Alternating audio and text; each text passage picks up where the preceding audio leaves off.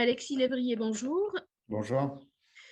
Vous êtes chercheur spécialiste de l'histoire de la presse et maître de conférences à l'Université de Reims. Merci d'avoir accepté de répondre à nos questions en ce 3 mai, jour mondial de la liberté de la presse.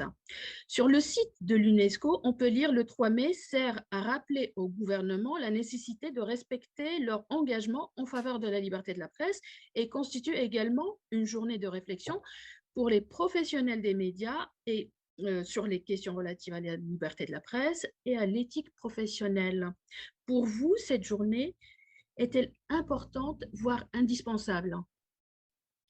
Bien sûr, c'est très bien de rappeler l'importance de la liberté de la presse, et pas simplement à l'échelle nationale, mais à l'échelle mondiale. Donc, on sait que ces commémorations ont leurs limites, hein. C'est pas parce qu'il y a une journée sur les droits des femmes que les femmes sont davantage respectées, mais au moins ça rappelle l'existence de grands principes qui sont nécessaires à la vitalité démocratique, et la liberté de la presse, elle en fait partie, puisqu'il n'y a pas de démocratie possible sans liberté de la presse. C'était un des enjeux de la Révolution française. C'est depuis devenu un principe qui est revendiqué dans toutes les grandes démocraties. Après, toutes les démocraties n'appliquent pas ce principe avec la même force et la même constance, mais au moins c'est un des socles du fonctionnement d'une démocratie, et ce qui permet de les dissocier d'une part des régimes dictatoriaux, mais même des démocraties libérales qui peuvent progressivement limiter la liberté de la presse. Donc c'est un indicateur de la vitalité démocratique, et c'est pour cela que c'est important de la célébrer au moins une fois par an. Justement, en parlant de démocratie, le début du premier quinquennat d'Emmanuel Macron a été marqué par une grande rigidité vis-à-vis de la presse et les journalistes. On a annoncé la fermeture de la salle de presse à l'Élysée, un langage très dur de Sébastien Ndiaye. La position de l'Élysée a depuis évolué. Mais comment faut-il traduire cette attitude dans le cadre de la liberté de la presse et des relations presse-pouvoir? En fait, je pense que c'est ce que j'ai essayé de montrer dans le livre que j'ai consacré à cette question. C'est Emmanuel Macron, il s'inscrit dans une histoire longue, très française, des relations entre presse et pouvoir, qu'il a théorisé dès 2015 dans un entretien au 1, où il revendiquait l'histoire monarchique même de la France, disant que les Français n'avaient pas voulu la mort du roi. Et sur un plan plus médiatique, dans un entretien à Marianne l'année suivante, il avait évoqué, tout le monde s'en souvient, la notion de présidence jupitérienne. Et en remontant le fil, j'ai pu voir d'où ça venait, cette histoire de présidence jupitérienne. C'est en fait un emprunt à François Mitterrand et à son communicant Jacques Pilan, qui lui-même puisait dans toute cette histoire qui revendique Emmanuel Macron, donc la monarchie républicaine, grosso modo, le général de Gaulle, qui lui-même a été qualifié de Jupiter. Jacques Pilan, le communicant de François Mitterrand, a revendiqué cette notion de présidence jupitérienne pour dire qu'un président ne peut pas finalement se soumettre aux obligations médiatiques. C'est à lui de les impulser, c'est à lui de fixer son rythme, c'est à lui de décider où, quand, dans quelles conditions il intervient, et quitte à manipuler la presse. C'est-à-dire que c'est quelqu'un qui méprisait les journalistes et qui est le premier de ces grands communicants qu'on a encore, mais qui sont souvent de piètres imitateurs de Jacques Pilan, qui a quasiment à lui seul forgé cette profession de spin doctor, de communicant politique, et avec un mépris quand même assumé pour la presse. La grande phrase de Pilan, c'est « qu'est-ce qu'on a en magasin ?» Quand il avait envie de créer un fait médiatique, un événement au service de l'absus révélateur de François Mitterrand, Ouais. il se demandait quelle était la chaîne qu'il allait choisir, quel était et surtout quel était le journaliste. Le carton en magasin, il renvoie au journaliste. Donc, c'est cette idée qu'on sélectionne les journalistes. Donc, c'est un problème par rapport à la liberté de la presse. Il est Ouais. clair que ça traduit une posture très verticale et très méprisante à l'égard des journalistes. Or, c'est dans cette histoire-là qu'a choisi de s'inscrire Emmanuel Macron. Il y a quelque chose qu'on a totalement oublié entre Pilan et Macron, c'est François Hollande, qui lui, en fait, dans un entretien un mois, et tout le monde l'a oublié, un mois avant l'entretien d'Emmanuel Macron à Marianne, euh, François Hollande, qui pensait encore pouvoir se présenter pour sa réélection, avait accordé un entretien à la revue Le Débat. Et c'est là qu'il évoque lui-même la présidence jupitérienne en disant qu'aujourd'hui, on ne peut plus faire du François Mitterrand et que le président est un émetteur comme les autres. Il emploie cette expression-là, et donc il ne peut pas sélectionner ses médias. Donc ça veut dire que François Hollande connaissait lui-même cette histoire-là, savait qui était Pilan, savait quelle était la conception que Mitterrand avait des rapports avec la presse, et il a voulu faire l'inverse. Et au moment où il envisage de se représenter, il assume ça. Il dit, ben voilà, c'est la présence normale appliquée aux médias, on doit se soumettre aux obligations médiatiques. Et le mois d'après, son ancien ministre, qui lui va se présenter donc à sa place, a dit, la phrase exacte, c'est François Hollande ne croit pas au président jupitérien, il a tort, et puis après il développe cette idée-là, et il revendique l'affiliation avec Mitterrand, au-delà avec De Gaulle, et puis encore au-delà avec les monarques. Donc évidemment, ça pose problème, c'est pas que c'est un dictateur, hein, je ne suis pas en train de dire ça, Non. ça veut dire qu'il s'inscrit dans la tradition des monarques jupitériens, et qu'il l'a assumé très tôt, qu'il l'a théorisé très tôt, et que ça se prolonge. Son quinquennat, son premier quinquennat était tout à fait dans cette filiation-là. Alors comme c'est quelqu'un d'habile, il a pu assouplir sa relation avec les médias, notamment après l'affaire Benalla ou après les Gilets jaunes. Justement, à l'aube du deuxième quinquennat, comment voyez-vous les relations presse-pouvoir? Je pense que tout le monde dit d'Emmanuel, en tout cas, c'est les détracteurs d'Emmanuel Macron disent que c'est quelqu'un qui change d'avis. C'est vrai qu'il a fait une campagne où il a emprunté des idées à ses adversaires, où il a repris les mots même d'Olivier Besancenot, de Jaurès, de Mitterrand, même de Mélenchon. Enfin, c'était assez surprenant de voir ça. Mais du point de vue des médias, du rapport aux médias, je le trouve d'une grande constance. Il a théorisé ça en amont et il est resté fidèle. Sa campagne de premier tour est une campagne d'évitement. On ne l'a quasiment pas vue. Et en revanche, et ça correspond à sa doctrine, c'est-à-dire qu'il pense que le clivage droite-gauche n'existe pas, mais qu'à la place, on a un clivage entre populistes et progressistes. Donc, il espérait un deuxième tour face à Marine Le Pen, et là, il a mis toutes ses forces dans cette bataille-là, qui pour lui est la seule légitime, le combat face à l'extrême droite. Et là, pour le coup, il a été très disponible, mais il a été très disponible à ses conditions. C'est-à-dire qu'on a vu qu'il refusait, comme Marine Le Pen, qu'Anne-Sophie Lapix anime le débat de l'entre-deux Voilà. tours. Mais là où il est habile, et beaucoup plus que Marine Le Pen, c'est que voyant la polémique le lendemain de ce débat, il va dans le journal d'Anne-Sophie Lapix. C'est d'ailleurs une excellente interview. Il est très bon face à des contradicteurs, Emmanuel Macron, mais il ne veut pas s'y exposer parce qu'il a peur d'abaisser la fonction. Donc je suis convaincu pour ma part que le deuxième quinquennat, du point de vue médiatique, ressemblera au premier. Il va choisir ses médias, il va choisir ses journalistes. Et on va avoir un Macron 2 qui ressemblera du point de vue médiatique au Macron 1. Ça me paraît évident. C'est-à-dire que la constance, c'est la présence jupitérienne. Et après, il y a un aménagement de cette figure-là. Et il va surjouer comme il l'a fait un petit peu. Après les Gilets jaunes, il s'est rapproché de la presse régionale. Et ses communicants dit il a toujours adoré la presse régionale, sauf que moi j'ai cherché, il n'y avait rien qui envoyait ça avant. Il ne lisait pas plus la presse régionale que la presse nationale, mais il a compris que pour établir un lien avec le pays, il avait besoin. Donc c'est là qu'on s'est fait dire tous les matins, il dit Ouest France, et puis il a sur sa table de travail tous les grands quotidiens régionaux étalés. C'est quelque chose qui survit au moment qui surgit dans la communication d'Emmanuel Macron au moment des Gilets jaunes, pas du tout avant. Donc, il s'adapte, il a cette souplesse-là, même si très profondément, c'est quelqu'un qui, à l'inverse de ses prédécesseurs, connaît mal la presse, il n'a pas cette habitude des relations avec les journalistes, il la méprise, il estime normal de l'instrumentaliser. De la même manière, et c'est un des éléments les plus forts de ce quinquennat, et là aussi, ça renvoie à Mitterrand, il a utilisé l'extrême droite médiatique. Il a compris la montée en puissance de ces médias et il a eu tout un jeu de danse du ventre devant valeur actuelle. C'est qu'on arrive au terme d'un quinquennat, enfin, le quinquennat est terminé, où le monde n'a jamais eu d'interview. Et je sais sur ce sûr que les communicants d'Emmanuel Macron, dans cet apaisement qu'il a voulu mettre en scène à la fin du quinquennat, étaient pour qu'il parle enfin au monde, qui est le journal qui théoriquement est le plus proche idéologiquement du président. Il n'y a jamais eu d'entretien. C'est-à-dire qu'Emmanuel Macron, jusqu'au bout, a refusé de donner un entretien au monde parce qu'on ne lui pardonne pas l'affaire Benalla, bien sûr, mais même la campagne de 2017 où il estimait qu'il avait été maltraité. Donc, il n'a aucune tenace. Il n'y a pas eu d'interview dans l'IB, il n'y a pas eu d'interview dans l'opinion. Donc, les journaux proches de lui, même les journalistes spécialisés dans la question européenne, il les tient à distance. Et par contre, à l'heure actuelle, a eu un accès au président absolument incroyable. Et les médias de Bolloré, longtemps, plus.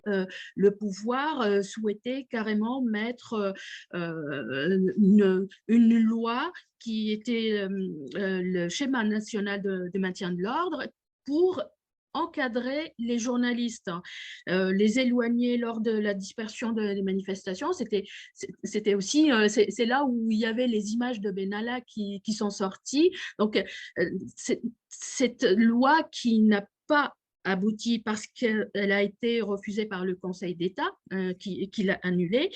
Il y avait clairement une volonté d'encadrer les journalistes pendant une manifestation. Est-ce qu'il a infléchi sur cette position? Je ne suis pas sûr. Je pense que là, c'est le Conseil constitutionnel, me semble-t-il, qui a censuré cet article qui initialement était l'article 24 du projet de loi de sécurité globale et qui interdisait aux journalistes, enfin à tout le monde, de filmer les manifestations quand ces images pouvaient desservir les forces de l'ordre. C'était hallucinant comme article de loi et à juste titre, tous les syndicats et toutes les associations de défense de la presse se sont mobilisées, mais on l'a retoqué, hein, on l'a aménagé. N'empêche que la disposition restait. Et heureusement, on est dans une démocratie, il y a des contre-pouvoirs. Et cet article a finalement été censuré. Heureusement. Heureusement, parce que là, on est dans un quinquennat où il y a, enfin, au terme d'un quinquennat où il y a eu quand même des violences à l'égard de journalistes constantes, enfin pas constantes, mais structurelles, systémiques dans les manifestations. Et c'est la logique de Gérald Darmanin, mais si on regarde, c'est très frappant de voir chez Emmanuel Macron qu'il est capable d'aller 2 fois sur le plateau de Brut pour d'excellentes interviews. Hein. Une fois, c'était fin 2020, et une autre fois pendant la campagne, là, très récemment, face à Rémi Buzine, qui a été un journaliste ciblé dans toutes les manifestations, qui a Oui, été pris à partie parce qu'il était Rémi Buzine, clairement. Donc, il oui. y a quelque chose que j'admire, moi, chez Emmanuel Macron, qui me stupéfait. C'est-à-dire qu'on peut donner, évidemment, ce n'est pas lui, c'est le préfet allemand, c'est Gérald Darmanin. Enfin, on laisse faire au sommet de l'État. Ces images-là, le président les connaît. On laisse violenter un journaliste et après, le président va en plateau face à ce même journaliste et pour une excellente interview où il respecte la contradiction journalistique. Il y a quelque chose d'assez sidérant là-dedans. Mais évidemment que si on s'en est pris aux journalistes, c'est qu'ils faisaient leur travail et qu'ils documentaient les violences policières contre les gilets jaunes, contre les manifestants. Et ce qui nous singularise des démocraties libérales ou des dictatures, c'est qu'on laisse la presse théoriquement faire ce travail-là. Et là, il y avait une mesure qui visait à empêcher les journalistes de le faire. C'était extrêmement grave. Heureusement, ça a été retoqué, ce qui prouve bien que même face à un président jupitérien, il y a des contre-pouvoirs qui fonctionnent. Et un des reproches qu'on a pu faire, là je sors du cadre de la presse, mais Emmanuel Macron, c'est d'avoir un certain mépris pour ces contre-pouvoirs, pour ces corps intermédiaires. Il n'empêche que la démocratie, c'est aussi rappeler au président que ces corps intermédiaires existent, que ces contre-pouvoirs existent, et qu'on ne peut pas faire n'importe quoi. Donc là, je suis rassuré de voir que notre démocratie a fonctionné. Il y a aussi autre chose, c'est que un domaine particulièrement sensible en matière de liberté de la presse, ce sont les concentrations. Là encore, ces dernières années, on a observé une forte accélération du phénomène autour de Xavier Niel, Bolloré et d'autres.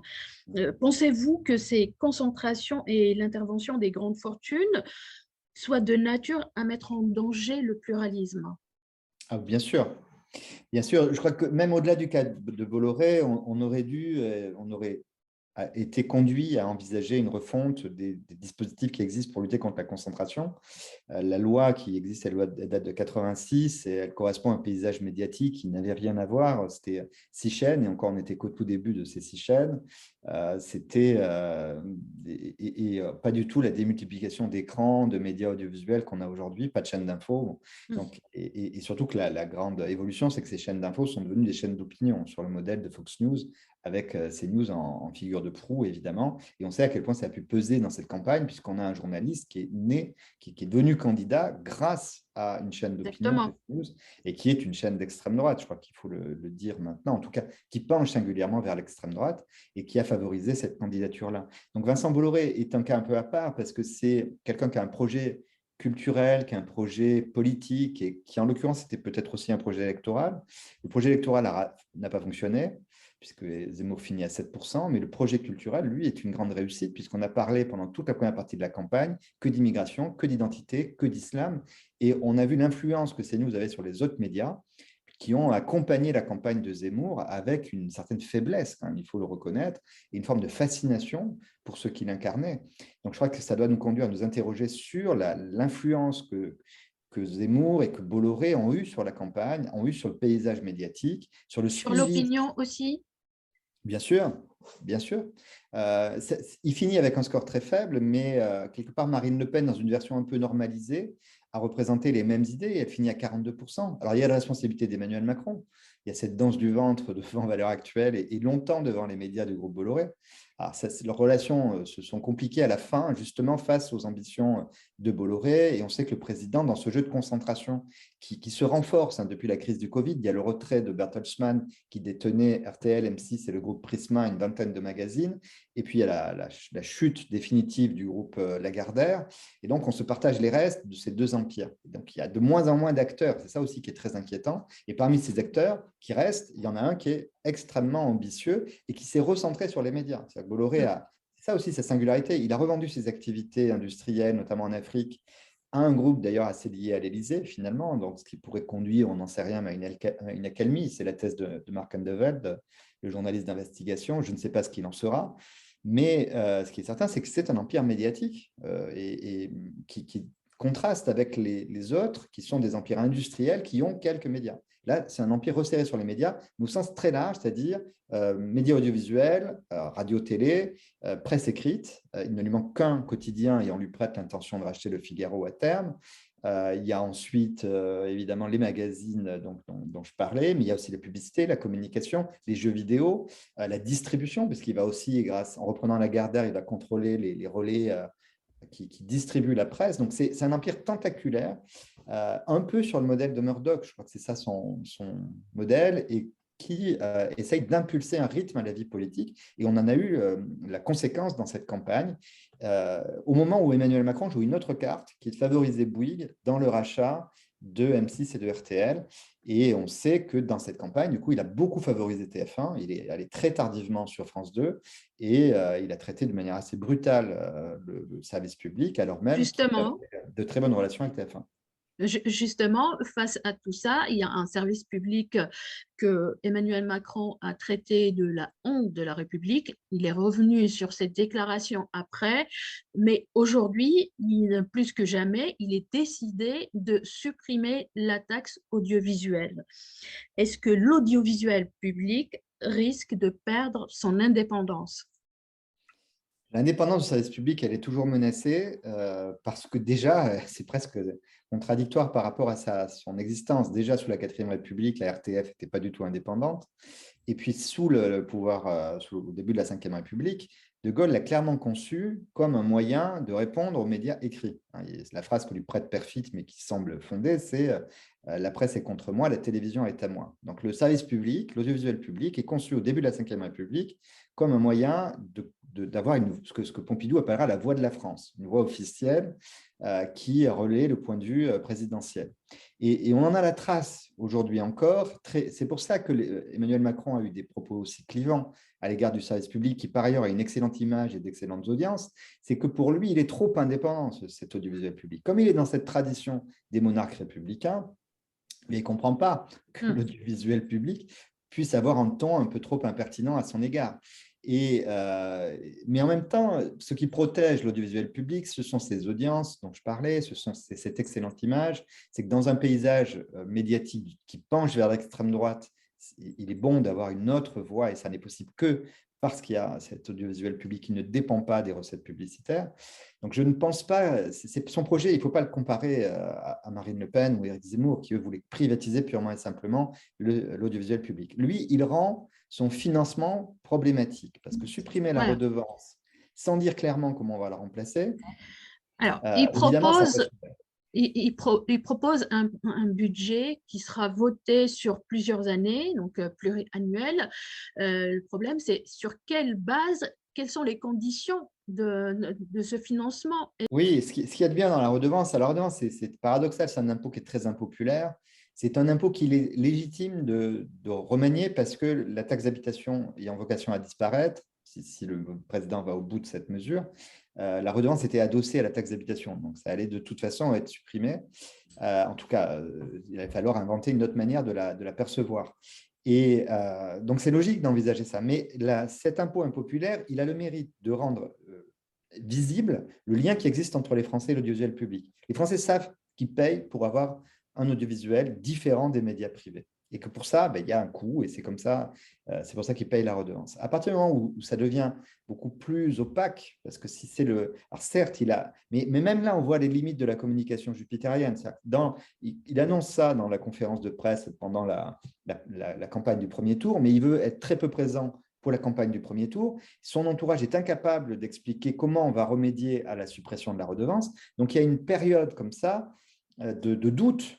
On ne sait pas comment on va remédier à la suppression de la redevance. On sait juste qu'on s'engage à maintenir le financement de l'audiovisuel public, mais c'est très vague. Et finalement, in extremis, dans l'entre-deux tours, là où il est très présent au contraire, sur le plateau de France Inter, je crois dans la matinale, il explique davantage qu'il va y avoir un budget pluriannuel, qu'on va assurer, qu'on va maintenir la stabilité du financement de l'audiovisuel. Donc, c'est rassurant, mais il y a eu toute cette période d'interrogation. Et ça prouve bien que le service public est toujours menacé et qu'avec la suppression de la redevance, il le sera plus que jamais parce qu'il n'y aura plus ce lien direct qui existait entre les Français et l'audiovisuel public.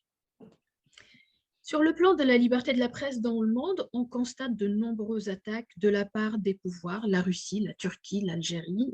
Encore cette semaine, RSF annonçait une interpellation de 2 journalistes qui étaient en train de réaliser un reportage sur la mort d'un détenu. Quel est l'état de santé de cette liberté? Elle est menacée, elle est toujours menacée, la liberté de la presse. C'est un acquis extrêmement fragile et qui caractérise les démocraties, on le disait tout à l'heure en introduction. Donc, dans des régimes qui tentent, qui évoluent vers un schéma plus dictatorial ou en tout cas avec un pouvoir plus fort et qui limite les libertés publiques, l'une des premières libertés visées, c'est le cas pour l'Algérie ici, c'est toujours la liberté de la presse. Donc, il faut bien comprendre que la liberté de la presse n'est que le prolongement du fonctionnement de nos régimes politiques et que partout où on évolue vers des régimes moins respectueux des libertés publiques, la première liberté qui sera menacée, c'est la liberté de la presse. Donc, les exemples que vous citez sont tout à fait à l'image de ce que je dis là, c'est-à-dire que partout où la stabilité politique, la stabilité démocratique est menacée, eh bien, la liberté de la presse, comme une conséquence inévitable et immédiate, elle est elle-même mise en cause. Donc, tout cela est malheureusement très traditionnel et ça ne fait que refléter l'état très précaire des libertés publiques à l'échelle internationale. Faut-il s'inquiéter pour la démocratie en général et pour l'équilibre mondial quand on voit l'attitude de nombreux pouvoirs? L'exemple du Mali qui interdit les médias français sur le terrain. On a entendu hier, encore une fois, Biden qui rend hommage à la presse et aux journalistes qui sont sur le terrain en Ukraine disait que s'il n'y avait pas la presse, on ne verrait pas tout ce qui se passe. Donc, c'est inquiétant. Bien sûr, ce qui se passe en Afrique, mais c'est malheureusement à l'image de la chute de l'influence française, hein, dont les ventes de Bolloré dont on parlait sont un des signes. Alors, la France-Afrique, elle avait beaucoup de défauts, mais elle permettait d'avoir aussi une voix de la France dans ces pays-là. Et avec la chute de cette influence et puis le progrès aussi de l'influence russe dans le même temps, c'est le cas au Mali, évidemment, ce n'est pas le même modèle politique du tout, on le voit en ce moment avec ce qui se passe en Ukraine dans les médias russes, et le risque pour l'Afrique, c'est de connaître ce modèle-là à la place du modèle français, lequel avait ses défauts, mais était quand même beaucoup plus respectueux de la liberté de la presse que ne l'est le système russe. Donc, effectivement, tout cela est extrêmement inquiétant. Ce qui se passe au Mali est inquiétant, mais ce qui se passe en Russie, moi, je trouve ça encore plus terrifiant. Et la façon dont les médias russes en ce moment préparent à l'idée même d'une guerre nucléaire me paraît assez terrifiante. Ouais. En parlant de la Russie, est-il le rôle de la Commission européenne et sa présidente, Ursula von der Leyen, d'interdire la diffusion des médias russes? C'est une vaste question. Moi, je trouve que dans ces cas-là, la censure n'est jamais une bonne solution. Et au moment où on est en train c'est ce qui se passe avec l'Ukraine, on défend un modèle démocratique occidental dont l'une des forces est précisément la liberté de la presse. Donc, interdire des antennes, précisément dans cette période-là, me paraissait quand même une mauvaise chose, surtout qu'en France, théoriquement, c'était le rôle du CSA, aujourd'hui de l'ARCOM, hein, de décider si on coupe un signal. Ce n'est pas la Commission européenne, hein. Alors là, elle a estimé que les intérêts européens étaient visés, mais c'est passé au-dessus des autorités nationales. qui n'ont fait qu'enregistrer finalement une décision prise au niveau européen. C'est créer un précédent qui me paraît déjà en lui-même assez dangereux. Et on a vu tout de suite que ça permettait à la Russie de supprimer, de trouver une justification pour supprimer les médias français et tous les audiovisuels occidentaux au sein de l'espace médiatique russe, alors que c'était une des rares voix qui était dissonante par rapport aux médias de propagande russes. Donc, j'ai peur que le remède soit pire que le mal. On voit que RT, d'ailleurs, est en train de renaître et dans des conditions très opaques. Ça va être à destination précisément de l'Afrique, de l'espace francophone en Afrique, Ouais. RT France, hein, je parle. Ouais. Et, et ce qui est terrible, c'est qu'on interdit aux journalistes qui ne veulent pas relayer la propagande russe. Tous les journalistes de RT n'étaient pas soumis à Poutine, ou du moins ils n'en avaient pas conscience. Mais et là, ça devient tellement évident qu'ils veulent faire jouer une clause de conscience et on leur interdit de le faire. Donc c'est extrêmement brutal ce qui se passe au sein de RT France. Et ça prouve bien que ce qui a été porté par Ursula von der Leyen n'était pas complètement illogique. C'est qu'effectivement, ce sont des outils de propagande qui n'ont rien à voir avec le rôle que peut jouer RFI, que peut jouer France 24, et qui sont beaucoup plus libres que ne l'était RT. Mais pour autant, on est passé au-dessus des autorités nationales, on a créé un précédent, et c'est ça qui me paraît assez dangereux, et je regrette que l'ARCOM, en l'occurrence, n'ait fait que suivre une décision prise au niveau européen. Qu'en est-il du rôle des réseaux sociaux au niveau mondial? Font-ils plus de mal que de bien? Sachant que sur le site de l'UNESCO, c'est toujours le thème cette année, le journalisme sous l'emprise du numérique. Oui, alors il faut bien comprendre qu'on est dans une révolution numérique et donc ce débat, en fait, il faut savoir de quoi on parle. C'est-à-dire que le basculement vers le numérique, il va concerner toute la presse. Le Monde, le Figaro ont maintenant un équilibre financier. Ils n'ont même jamais eu autant de lecteurs, notamment Le Monde, si on compare à toutes les périodes de l'histoire. Sauf que ce sont des abonnés numériques. Mais Le Monde est toujours Le Monde. C'est un excellent journal et qui est respectueux, évidemment, de toutes les règles déontologiques. Et c'est le cas de la plupart des médias papier qui sont en train de migrer vers le numérique. Donc ça, le numérique, c'est l'avenir de la presse. De toute façon, on peut regretter, moi j'aime le papier, il y aura toujours des MOOC, il y aura toujours des supports un peu luxueux qui survivront, mais dans leur grande majorité, les journaux vont migrer vers le numérique. Ce qui relève des réseaux sociaux, c'est autre chose, c'est-à-dire que c'est des médias indépendants de la presse et qui souvent produisent un contenu anti-journalistique ou relaient un contenu anti-journalistique. On sait le rôle que Facebook a joué dans le mouvement des Gilets jaunes à la suite d'une réforme de l'algorithme qui visait justement à évincer ou en tout cas à marginaliser les contenus journalistiques.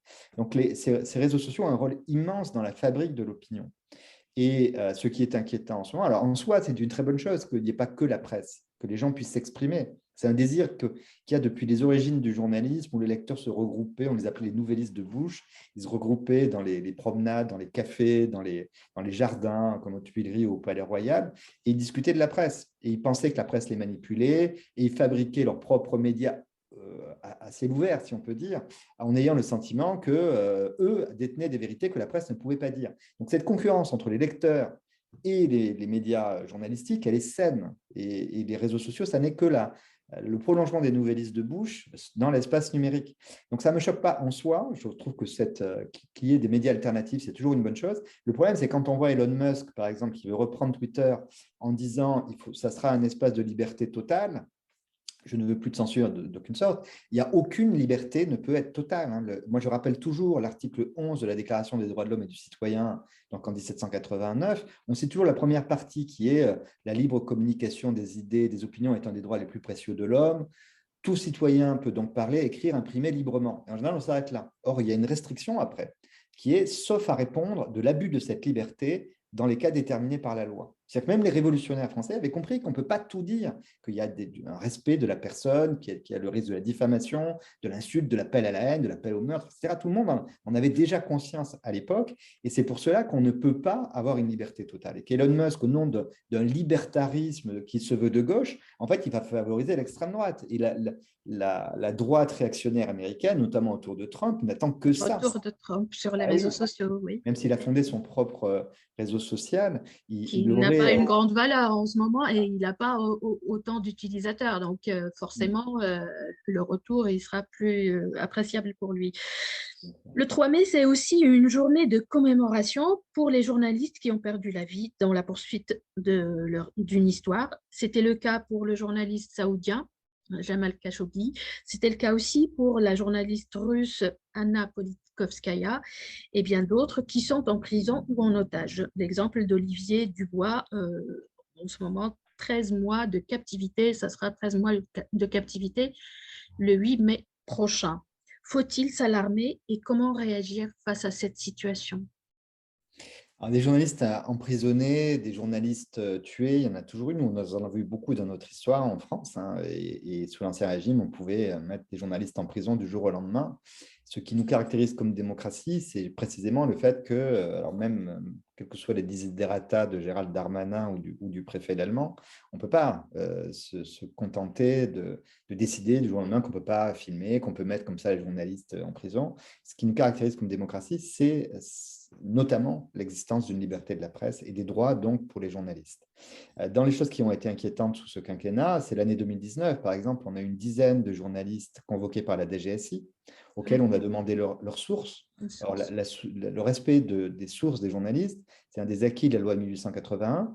Et Nicolas Sarkozy, qui n'a pas toujours été très respectueux de la presse, il avait quand même fait voter une loi, je crois que c'est en 2010, qui a renforcé encore la protection du secret des sources.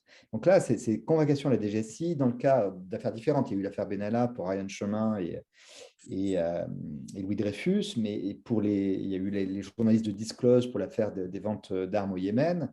Dans tous les cas, c'était mettre une pression sur la presse qui nous montre à tous, je crois que c'est ça qu'il faut retenir, c'est que la liberté de la presse est un acquis très fragile et qui est constamment menacé, même dans les démocraties. Et dans les autres pays, c'est encore davantage le cas. C'est pour ça que, alors évidemment, on aime taper sur les journalistes, le média bashing est très répandu partout.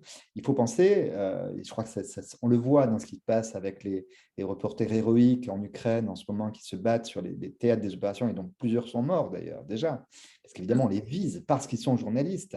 Ça nous montre à quel point, et c'est ça qu'il faut célébrer le 3 mai, la liberté de la presse, c'est notre liberté tout court. Les journalistes se battent pour nous, pour rendre compte justement de toutes les entorses qui sont faites au respect de la dignité humaine. Et les journalistes sont sur le terrain pour se battre. Alors évidemment, quand on voit ces news et qu'on a, pas que CNews, hein, mais beaucoup de médias où les éditorialistes sont en plateau et pérorent sans aucune connaissance sur ce qui se passe dans le monde, où chacun donne son avis, ou c'est la dictature narcissique du jeu et où chacun se flatte de tout connaître, on a une perception faussée du journalisme. Mais il faut rappeler que le journalisme, c'est d'abord le reportage, c'est d'abord l'investigation, et c'est ça qui est visé partout dans le monde. C'est d'abord les reporters, ce n'est pas les journalistes en pantoufles sur les plateaux télé, c'est les journalistes qui se battent sur le théâtre de guerre ou pour rendre compte d'investigations au long cours. C'est ceux-là qui sont les plus menacés, et ça montre à quel point on a précisément besoin de ce journalisme-là. Merci beaucoup, merci infiniment pour votre vous. intervention, Alexis Lévrier. Je rappelle que vous avez publié récemment un livre intitulé « Jupiter et Mercure, le pouvoir présidentiel face à la presse », paru le 6 mai 2021 aux éditions Les Petits Matins. Merci beaucoup. Merci à vous, bonne journée. Merci, au revoir.